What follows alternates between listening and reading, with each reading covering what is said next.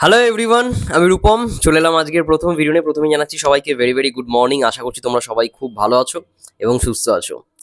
গতকালকে আমরা একটা ছোট্ট করে ঘোষণা দেখতে পেয়েছি সাকিব ভাইয়ের পরবর্তী রোজার ঈদের ছবি, যার নাম হতে চলেছে once upon a time in Dhaka. But নামটা পরিবর্তন হতে পারে, হতেও পারে কালা জাহাঙ্গীর নাম রাখা হলো, বা দানব নামটাও রাখা হতে পারে। আই থিঙ্ক দানবটা হবে না, হওয়ার চান্স খুব কম। বাট হ্যাঁ, হায়াত মামুদ যিনি আর কি পরিচালক, তিনি কিন্তু এখন অ্যানাউন্সমেন্টটা করেনি। অ্যানাউন্সমেন্টটা তিনি করে দিয়েছিল যে এরকম একটা সিনেমা হবে, সেটা 1 বছর আগেই। এবং তখন প্ল্যান ছিল শরীফুল রাজ মুখ্য চরিত্রে থাকবে, অর্থাৎ কালা জাহাঙ্গীরের চরিত্রটা তিনি প্লে করবেন। বাট এখন আর শরীফুল রাজ থাকছে না। এবার কি কারণে থাকছে না, বা তাদের কেন মনে হলো যে শরীফুল রাজ এটার জন্য পারফেক্ট না, বা সেই সময় বলেছিল মানে আবু হায়াত মাহমুদের একটা ইন্টারভিউ দেখছিলাম মেহেদী হাসান পিয়াল ভাইয়ার সঙ্গে, যে তাকে বলা বলা হয় যে শাকিব খান কেন নয়, তার প্রথম যেহেতু সিনেমা, সবাই শাকিব ভাইয়াকে নিয়ে সিনেমা করছে, তাহলে এই সিনেমাটা শাকিব ভাইয়াকে নিয়ে কেন নয়। তখন তিনি মানে আগের বছর তিনি বলেছিলেন যে এই গল্পটা কোথাও গিয়ে শাকিব ভাইয়ের সঙ্গে যায় না, এটা তিনি বলেছিলেন। বাট হয়তো এই একটা বছরের মধ্যে তার গল্পের কিছু পরিবর্তন এনেছেন, এবং তারপরে কোথাও গিয়ে মনে হয়েছে এই গল্পটা শাকিব ভাইয়ার সঙ্গেই যায়। এবার হতেই পারে শরীফুল রাজ, তার জন্য হয়তো তারা বাদ দিয়ে সাকিব ভাইয়াকেই তারা রেখেছে সিনেমাটা। এবং সঙ্গে সঙ্গে মানে শরীফুল রাজের সঙ্গে মোশাররফ করিমেরও থাকার কথা। ইয়েস, এইটাতে মোশাররফ করিমের যে ক্যারেক্টারটা, মানে মোশাররফ করিম তো থাকছে, যেই ক্যারেক্টারটা তাকে ভাবা হয়েছিল সেটার নাম ছিল হচ্ছে পিচ্চি হান্নান, ঠিক আছে? তো পিচ্চি হান্নান ক্যারেক্টারটার সঙ্গে থাকতে চলেছে ফর দ্য ফার্স্ট টাইম কালা জাহাঙ্গীর, মানে শাকিব খানের সঙ্গে মোশাররফ করিম। আমরা শাকিব খানের সঙ্গে চঞ্চল চৌধুরীকে দেখতে পেয়েছি, এবার মোশাররফ করিমকে দেখতে পারো। এটা দারুণ বিষয়। দেখো, শরীফুল রাজ মোশাররফ করিম অলরেডি অভিনয় করে ফেলেছে একসঙ্গে ইনসাফে। এবার একটা নতুন কিছু তো দেখতে হবে না, নতুন কিছু দেখতে পেলে তো আই থিঙ্ক আমাদের জিনিসটা বেশি ভালো লাগবে। তো সেরকমই আর কি শোনা যাচ্ছে।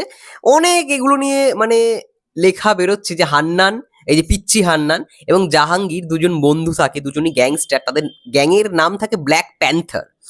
গল্পের মেন টুইস্ট হলো এত বড় গ্যাংস্টার কিন্তু কেউ জাহাঙ্গীরের চেহারা দেখেনি।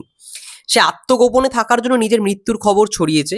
সবাই ভাবছে জাহাঙ্গীর মারা গেছে, কিন্তু 100% শিওরিটি এখনো আদালত দিতে পারেনি।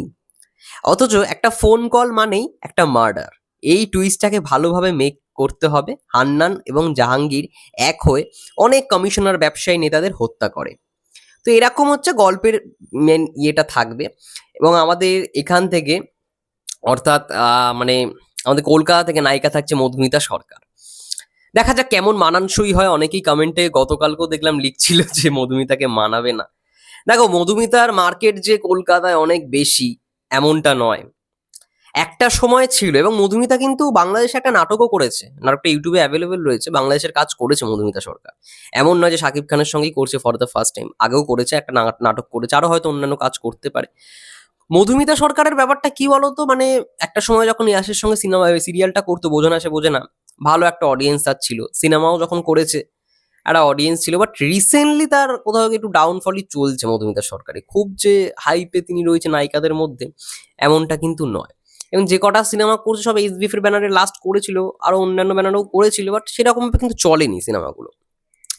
এবার এই যে পিচ্চি হান্নান তার সঙ্গে সঙ্গে কালা জাহাঙ্গীর, দেখা যাক কেমন হয়। আমার তো শুনেই খুব ভালো লাগছে। এবং সব থেকে বড় বিষয়, রাইটার এই সিনেমাটায় মোহাম্মদ নাজিম উদ্দিনের, মানে মানে তিনি রাইটার হিসেবে রয়েছেন। এটা সব থেকে দারুণ ব্যাপার। এবং তোমরা সবাই জানো তার লেখার মধ্যে অন্যতম টেগর নেভার এট হেয়ার, রবীন্দ্রনাথ এখানে কখনো খেতে আসেননি। হইচইতে এটা নিয়ে সিরিজও রয়েছে, সৃজিত মুখার্জি একটা সিরিজ বানিয়েছিল, দারুণ ছিল, আমার খুব ভালো লেগেছিল সিরিজটা। রবীন্দ্রনাথ এখানে কখনো খেতে আসেনি, তো ওই গল্পটা তিনিই লিখেছিলেন। এবং ওটার ওপর বেস করেই কিন্তু অনেকে বলে যে পুনর্জন্ম, মানে ভিকি জায়েদ যে পুনর্জন্মের যে স্টোরিটা বানিয়েছিলেন ওই গল্পের ওপর অনেকটাই বেস করে আর কি। তারপরে তোমরা আই থিঙ্ক ভিকি জায়েদের চরকিতে একটা সিরিজও দেখেছো, আর নামটা ছিল আই থিঙ্ক টিকিট বলে। টিকিট, হ্যাঁ টিকিটই, টিকিট না লটারি ভুলে যাচ্ছি। যাই হোক, টিকিটই আই থিঙ্ক ছিল। সিয়াম আহমেদ আর সাফা কবির ছিল, মনোজ প্রামাণিকও ছিল। তো ওইটাও মোহাম্মদ নাজিমুদ্দিনের গল্প অবলম্বনেই তৈরি করা একটা সিরিজ ছিল। তো তিনি এবার সাকিব ভাইয়ের সিনেমায়, এটা দারুণ বিষয়। তো এটা গেল এই সিনেমাটা সম্পর্কে, ঠিক আছে? মানে যা যা বিষয়গুলো উঠে এসছে। এবার মেন যে প্রশ্নটা, মেহেদী হাসান হৃদয় কি তাহলে আসছে না? আমি রোস্ট সাকিব হেটার্সের একটা লেখা পড়লাম, রোস্ট সাকিব হেটার্স 2.0 ওদের যে পেজটা, প্রথম পেজটা আই থিঙ্ক কোনো কারণে সমস্যা হচ্ছে, বাট সেকেন্ড পেজ থেকে তারা ছেড়েছে। মেহেদী হাসানের সঙ্গে যে ছবিটা করার কথা ছিল, সেই ছবিটা মানে রিয়েল এনার্জির সঙ্গে যেটা হওয়ার কথা ছিল পরবর্তী রোজার ঈদে, সেই ছবিটা রিয়েল এনার্জি প্রডিউস করছে না। মানে শারিন আক্তার সুমি নাকি মেহেদী হাসানকে নিয়ে প্রডিউস করবে না, এমনটা তারা বলছে। আমি জানি না সত্যি, আমি সত্যি যাচাই করিনি, আমার ভাই অত সোর্স নেই। আমি যেটা পড়লাম আমি সেটাই তোমাদের সামনে ফুটিয়ে তুললাম। তো এই বিষয়টা আরো ভালো করে বলতে পারে পৌশালিদি যদি ভিডিও করে তাহলে জিনিসটা ভালো করে বলতে পারবে যে অ্যাকচুয়ালি কি ঘটনাটা হয়েছে। আমি রোজ সাকিব হেটার্স থেকেই পড়লাম যে শারিন ম্যাম নাকি শারি আর শাকিলের সঙ্গে দারুণ বন্ধুত্ব করেছে। তারা যেটা লিখছে, শারিন আক্তার সুমি শারি আর শাকিলের সঙ্গে দারুণ বন্ধুত্ব করেছে, এবং পরবর্তীকালে সিয়াম আহমেদ, শরীফুল রাজকে নিয়ে তারা 2 কোটি 3 কোটি বাজেটের একটা সিনেমা করবে, ঠিক আছে। মেহেদী হাসানকে নিয়ে মানে করবে না এখন, আপাতত একটু আছে। তো এরকমই তারা প্ল্যান করেছে, তারা দুজনেই মানে রিয়েল এনার্জি প্লাস চরকি আলফা এরকম হতে পারে, ঠিক আছে।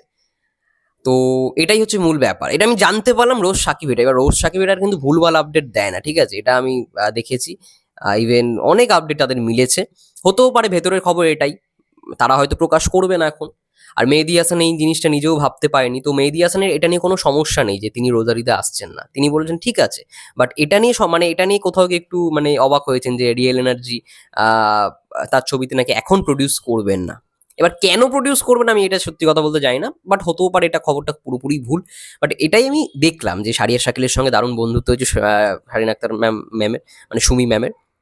তিনি পরবর্তীকালে এই যে কটা সিনেমা নাম বললাম, মানে শরীফুল রাজ, সিয়াম আহমেদের সঙ্গে সিনেমা করবে, এবং খুব শীঘ্রই নাকি সেগুলোর অ্যানাউন্সমেন্টও আসবে। তো দেখা যাক। দেখো, পরবর্তী রোজার ঈদ এটা কনফার্ম হয়ে গেল যে সাকিব ভাইয়ের সঙ্গে আবু হায়াত মাহমুদ সিনেমাটা আনছে, once upon a time in Dhaka বা কালা জাহাঙ্গীর যাই বলো না কেন। এবার ওটার সঙ্গে তো একটা সিনেমা আসবেই। এবার সেটা চরকি আলফাই রিয়েল এনার্জি কে কি আনে সেটা দেখার বিষয়, সেটা কিছুদিনের মধ্যে আমরা জানতে পেরে যাব। আর ততক্ষণের জন্য এটাই বলবো, আমাদের চোখ রাখতে হবে সমস্ত কিছু। তোমাদের কি মন্তব্য এই সিনেমাটাকে নিয়ে অবশ্যই কমেন্ট করে জানো। ততক্ষণের জন্য সবাই ভালো থেকো, সুস্থ থেকো, টেক কেয়ার।